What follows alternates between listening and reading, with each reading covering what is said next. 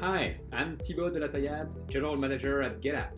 As part of Rebuilding Your Small Business series, we are interviewing expert contributors to offer practical business advice about how to improve the overall customer journey. For those who don't know, GetApp helps businesses like yours discover and compare great software. So today I have the honor to interview Ivana Taylor. Ivana is the publisher of DIYmarketers.com, where small business owners get low-cost tools, tips, and strategies to do marketing on about $17 a day. Can you tell us a little bit more about your own experience of being an entrepreneur and running a business? Sure. It's not very elegant, but I'm sure it's like a lot of people's stories. I suppose you can say I was a reluctant entrepreneur. I flailed around, I did consulting, and as I was doing consulting, I realized how many marketing people there were who were actually not trained marketers. So these are people who were thrust into this marketing role and they had no idea how to function inside of these companies as a marketer. And that's sort of when I started DIY Marketers. Originally, it was supposed to be a membership site, and I was going to teach these folks how to do practical marketing. But, like most entrepreneurs, I had a tough time getting started. And so then I just started writing articles, and that's and focusing on tools, because that was the other thing that I realized pretty early on is how powerful tools were, how affordable they were, and how many amazing marketing things you could do on a budget with the help of tools. So back in 2008, people didn't know that there were these tools, and that was the job of DIY marketers to tell them about the tools. But now there are so many tools that I find that my audience is overwhelmed and confused and they don't know what tools to choose. So, I've shifted DIY marketers into like really focusing on the best low cost marketing tools that they could use. And I use GetApp as a resource all the time. Thank you. That's great. Yeah. And so we went from the through this pandemic in the last year, and we all had to adapt our business model and to survive and thrive. And do you see that small businesses are restarting now that vaccination is well underway, at least in the US? Absolutely. Now, I think where you live matters in the United States, what region of the country that you're in. So I happen to be in Ohio. I'm in Cleveland, Ohio, and we had actually started very carefully opening up in May of last year. And those small businesses pivoted amazingly well. For example, restaurants started putting up these, the those heating elements outside. If they could make a patio, they made a patio. A lot of other small businesses really prepared by, just over sanitizing everything. Things were reduced. So businesses in my area have really, really been practicing. And what I expect to happen in the summer as more and more folks are vaccinated, I expect that, let's say we've been open at, let's say 25% capacity for in-person businesses, whether it's retail or restaurants or something like that, where you go inside. I expect that number to go up. I've seen more people out and about. Although we continue to have, the mask wearing in place, as you like walk through a restaurant or something like that. The other thing I've seen is professional services that used to depend on face-to-face interactions. Let's say if you're like an attorney or financial planner, people like that, I was just on a call with a client before we got on to this recording, and he was telling me, I'm not sure I'm going to go back to the office. He has become so much more productive by doing shorter phone call consultations, by having these Zoom meetings. He feels like he's really been freed up And that he says, I think I'm going to take the best of what I've learned from this disruption and to look at optimizing that. So I have this one client in particular who originally took a huge hit when there was a shutdown. He was an attorney, it's a face to face business, and hello, elder law attorney, older people. So that business went down by like 60%. He didn't know what to do. But then they quickly got up on Zoom. He started working from home. He has a large building, so people were very safe in there. But he's brought in all kinds of technology, and he is now so productive that he says he doesn't know why he would ever go back to the office. He's got a giant building, huge staff not a small staff in the building, and everything they're doing is using technology. He's using Zoom for meetings. He's using like electronic document signings, everything, and drive-by document pickup. So he sees no reason why he should go back to his office. And I think a lot of folks who are in that type of consultative area of business can really see a huge increase in productivity. He just told me today, he says, I'm making more this month than I did all of 2020. Yeah, that's a great experience. Yeah, thanks a lot. And do you have a secret recipe or recommendation? To SMBs when something happens like a pandemic or another major disruption. Oh, absolutely. And it's not going to be what a lot of people think. What I've seen a lot of small businesses do is suddenly, I call it 1,000 points of marketing. I've seen a lot of small businesses try to fix these small little details. What I advise instead is to take a breath, step back, and actually look inward. Think about, how did I create this situation for myself? Because whether it's a financial disruption or a pandemic disruption or an act of God or a tornado, who knows what, I think a lot of small businesses pretend like nothing's ever going to happen. So you have to look back and say, how did I create this circumstance for myself? What did I learn from this experience? As I said, I have this client who actually learned and said, hey, I can be more productive by using technology. So that's what he learned.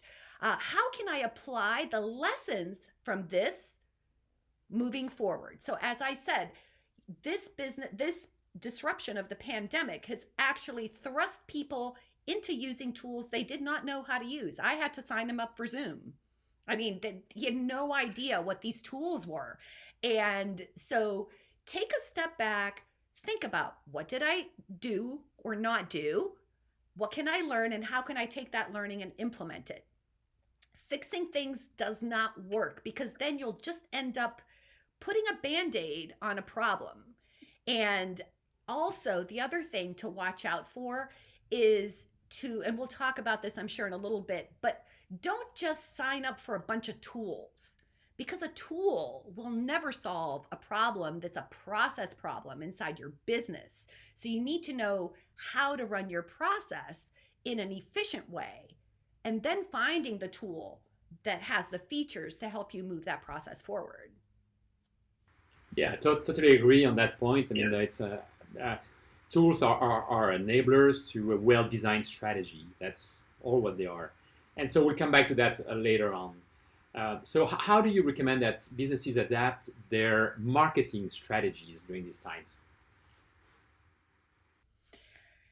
Well, I think I'm very controversial in this area. I really don't think you should be changing your marketing strategies. There are really only 3 marketing strategies, despite what you see online. There's content marketing, there's paid advertising, and there's direct marketing. That's really all there is. So chances are you're living in one of those worlds, and I don't recommend that you change that. What I do recommend is that you adapt. So let's say, for example, that you are practicing a direct marketing strategy.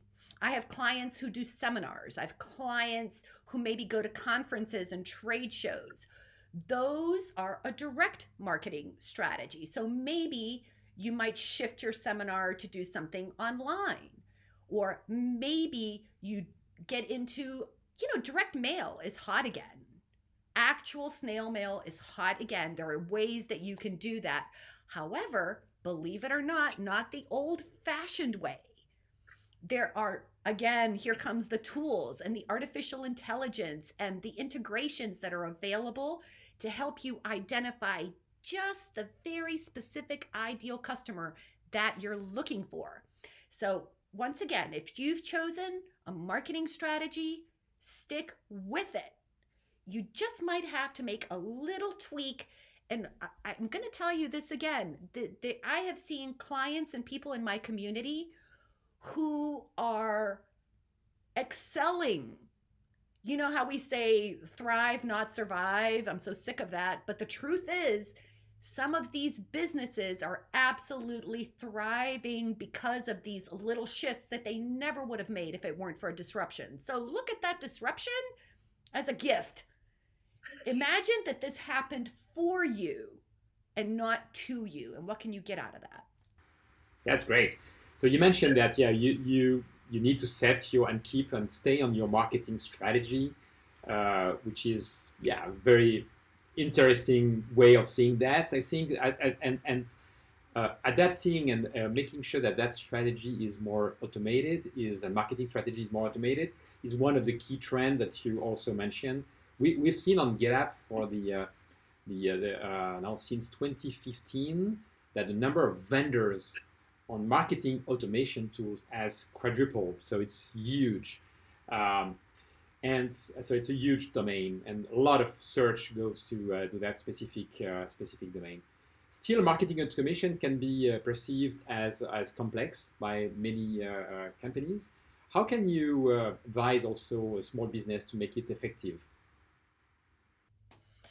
Well, the first thing is I see people going one of two extremes. Either they're petrified of technology because, as you said, they see the different choices out there and it's so overwhelming that they don't know what to choose. They don't know what criteria to use and what criteria to choose. So this is why, Thibaut, I recommend that they stick with their marketing strategy. Because if you stick with your marketing strategy, let's say, for example, that you've chosen content. I use content as a marketing strategy, for example. Well, now you know that if I am going to be using content, I'm going to be focusing on content marketing tools. That means tools that help me write better content, tools that help me research, SEO, anything having to do with content.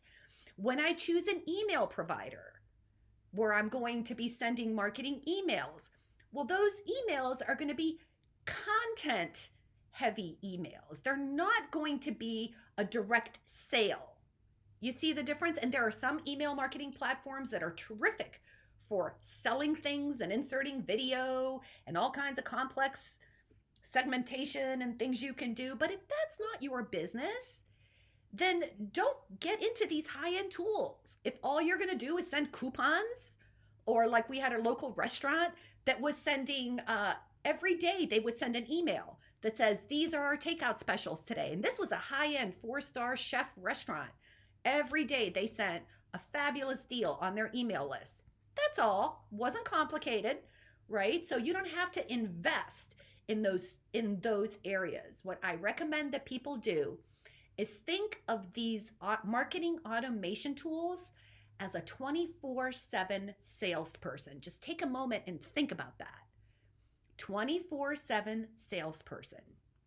And what that does, that I hear a lot of small business owners complaining about, is no one can sell the way they do. They hire people and then those people don't communicate that message the way they want it communicated. But if you use a really good marketing automation tool, you can guarantee that that message is exactly the way you want it. You can guide people from the research phase into scheduling an appointment or however, a demonstration, whatever it is that you need to move that message forward and increase those conversion rates. That's going to pay for itself. That's, very good. And do you believe that marketing automation can be a way to pivot successfully for companies? Oh my goodness. Absolutely. Absolutely. I mean, uh, there are training companies, for example, that use automation to keep their audience informed. And can I just tell you guys, some of these training companies are getting email open rates of 60 and 70%. That is the power of a targeted email list, right? And those, what they call those, that's a list of buyers. So the better, the more time you take to build that relationship, now you have a list of buyers that you're constantly talking to. And then it gets to the point where they send an email. I'm not kidding you. They send an email and they sell like $500,000 just like that. I've never seen anything like it, but there's a bunch of people doing that. And the way I say it, if they're doing it, you can do it too. All right. Okay. So what about B2B marketing? I mean, what specific practices do you think will work in 2021? I think the thing for B2B marketers to do, first and foremost, is dig into your existing customer list. Really dig into that and take the time to survey them.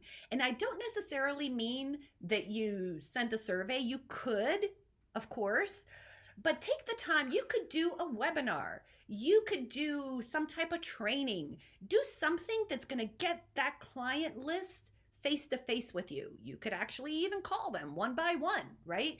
And just have a real conversation. Ask them questions.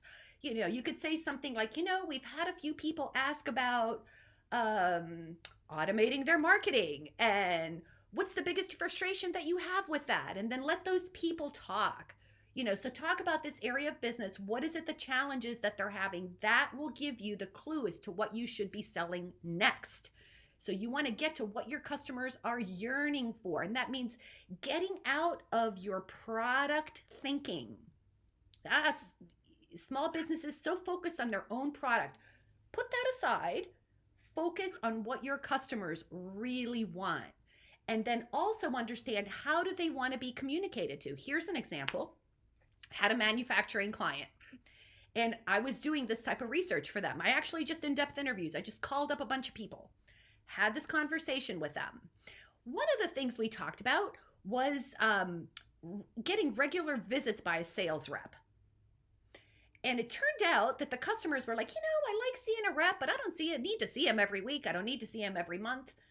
And I said, so let me get this straight. If you got an email that said, we have 3 truckloads of this product, do you want some?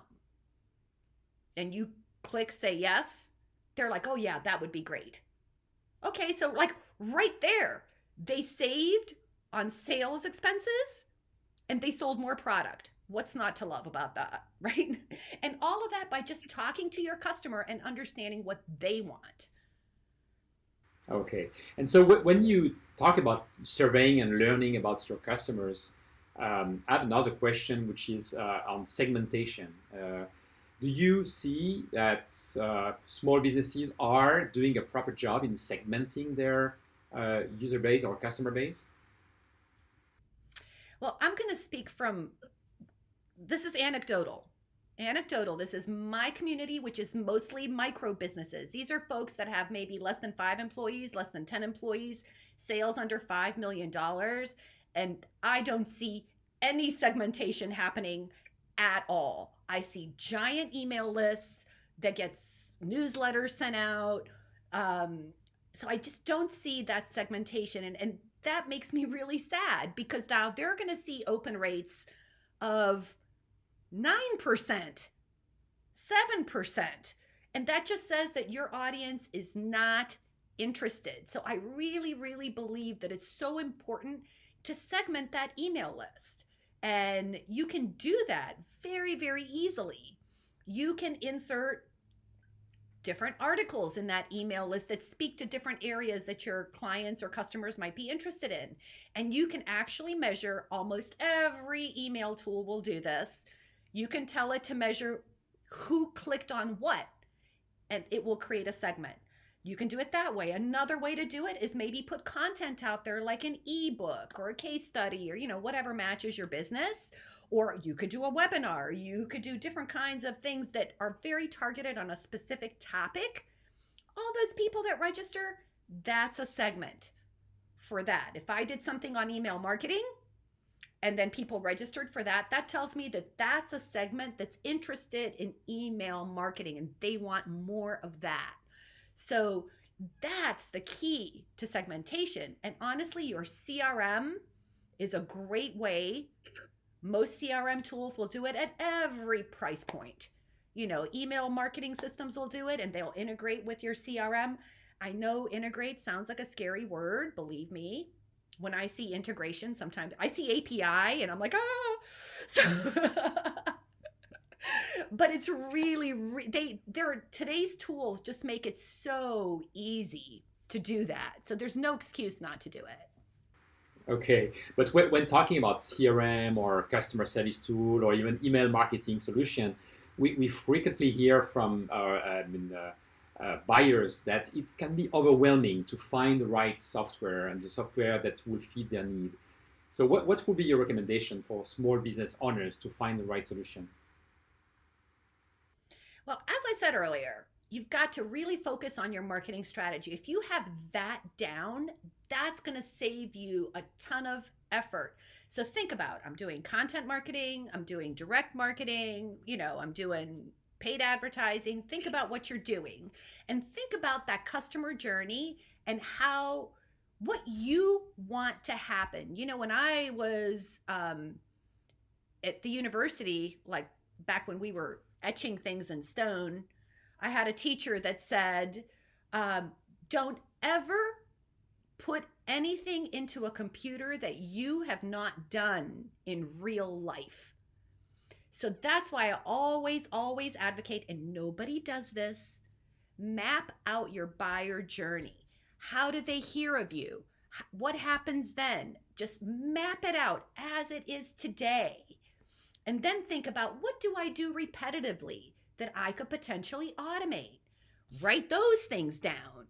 Now, with that in mind, you've got a list of features that you're looking for. Create a little wish list.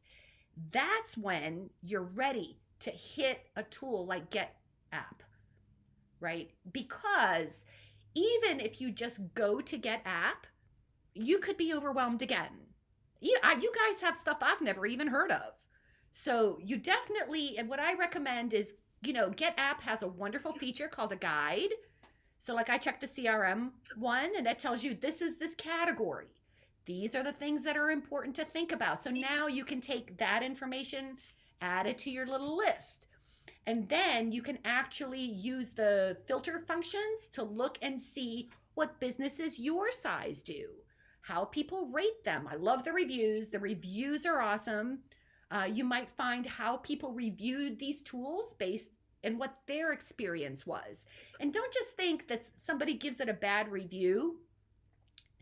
You know how people give reviews. They give something a bad review because it didn't meet a particular function they were hoping for.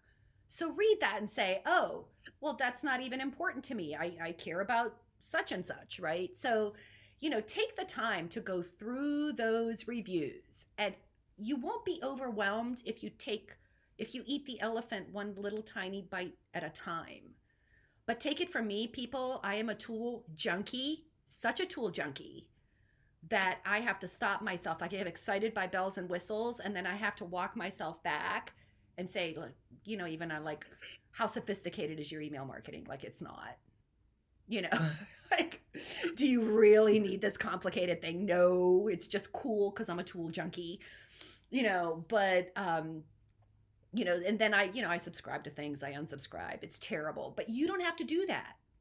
Just focus on what you need to get done. Looks very simple. It is very simple. It can be simple.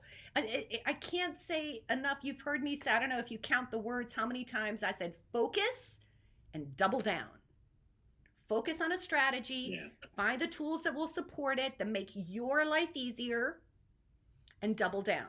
Because I've had people think that I had a team of like 10 people here. I don't. It's just me and a bunch of tools. Thank you for sharing your thoughts with us, Ivana. That was, great and incredibly helpful. And the biggest learning I'm taking from our conversation is that rebuilding your business doesn't mean coming up with a new strategy, but really thinking about how to implement it. Another great insight from our conversation is that to be effective, businesses should embrace automation and think about their marketing automation tools as the perfect salesperson, working for them 24/7. Thanks a lot again. Stay tuned for the next exciting interview. And in the meantime, if you'd like to share your opinion about the software you use, please leave a review on GetApp.com and follow us on LinkedIn.